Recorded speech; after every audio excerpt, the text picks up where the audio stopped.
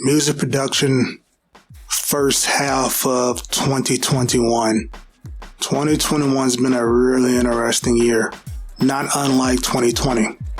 Got a decent sized list of things that I can say about my first half of 2021 regarding music production, creating music. It's not very much that's hidden or crazy. Just a bunch of little things. It's more of a update on the overall music works. So starting off, one of the simplest things I've done is I've taken all my SoundCloud instrumentals and converted them for YouTube. They're nothing but steals, random images, some FX here and there, and then post it on YouTube. That way there's some type of redundancy. There's not just SoundCloud if you want to hear some older tracks. Something a little bigger. I finally finished my blog, Music Production Lessons Learned in 2020. That's on the jtspradley.com blog. And I'm not going to recap anything that I've said there on that blog. What I will say is I have a section at the bottom of that blog that I would like all independent musicians to read about cybersecurity, because it affects everybody. It doesn't just affect the workplace. It affects all of your data. In use, at rest. Simply put, what's on your computers, your mobile devices, work, home, doesn't matter. And there are little things that you can do and learn over time to help you feel safer about what's going on with your data and how you're dealing with it to protect you in the case that you lose something.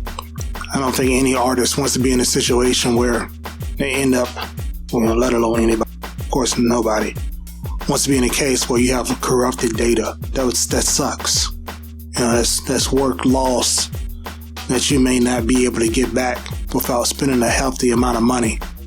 I didn't go too far into all of that stuff in that blog, but there are things in there that can help get the gears running and hopefully help you understand that being better at securing your data isn't something outside of your reach if you give yourself a chance. Next on the list, I released the second album since the last episode, the 2-Go Live Lively -1 album. After that, I started working on singles, mainly because of focus, but also because it helps with that fear of missing out aspect of it. Every time I release a single, it shows up in a new column on all the music platforms, and that creates another opportunity to get new eyes on my brand, new ears on my music, as I continually work to create better music, to mix better music, produce overall better work. So with that, I've released 3 singles at the time of this recording. Ankle Break was I call it a basketball highlights style breakbeat hip hop instrumental. It's another old track. I've had it for years. I just did a couple things here and there to try to make it sound better while holding on a little bit to certain things that I've had since the beginning. Sampleglitches is it's more of an experimental house track.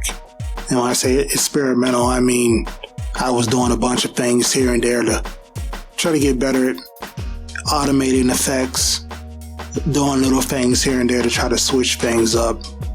Just trying to learn more about automation, combining automation techniques. It's also another old track. I don't remember how long I've had it. I think I've had it for about at least 5 years. Both of those singles I've had for at least 5 years. Actually, that also applies to the next single, the instrumental Spell It Out, which is more of a R&B style instrumental.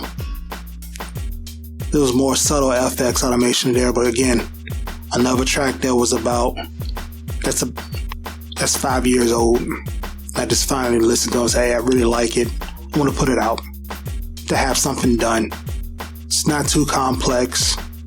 To work on my mixing skills a decent bit. Put something out. The fourth, and I know I said 3 singles, and that's because this fourth one hasn't been pushed through the music distributor yet. Honey Bun Sweet Tea. As of now, it's on my YouTube channel, JT Spradley.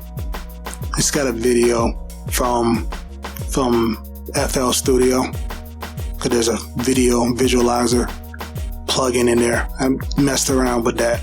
Simple basic stuff though. But it's not done yet. That was more of a concept track at that point.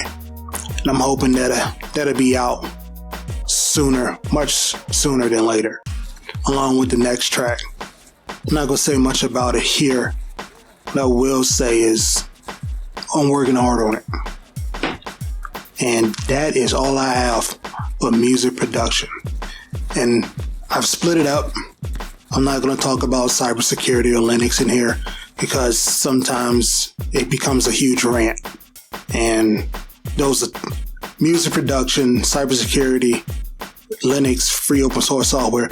Those 3 topics, from what I've seen, don't mesh very well, at least within my content. So this was all music production. The next one will be about Linux and free open source software. It will post shortly after this episode or video, if not immediately after or alongside it. If you have questions, again, you can always leave comments. I try to be quick about responding to them when I see them. You can hit me up on Twitter. I'm up there too. And my music is on Spotify, Apple Music, Amazon, Deezer. Pretty sure I'm forgetting something, but I'm on those. And of course, YouTube with the JT Spradley topic channel.